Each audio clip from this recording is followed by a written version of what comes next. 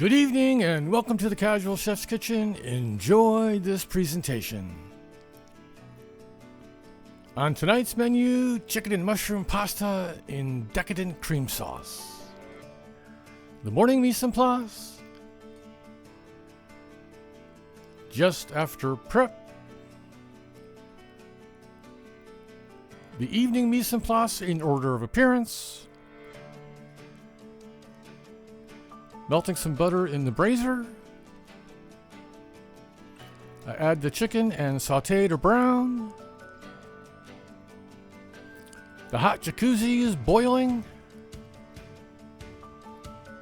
The mini penne is in the hot jacuzzi. The chicken is brown and removed. Then I add the mushrooms and saute. I add the garlic and the shallot and saute some more. Then I add the herb and spices and give it a good saute.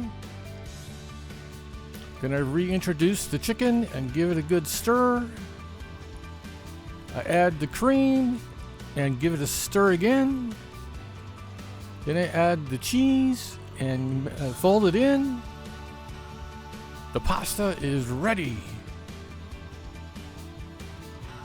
I add the pasta to the chicken and mushrooms.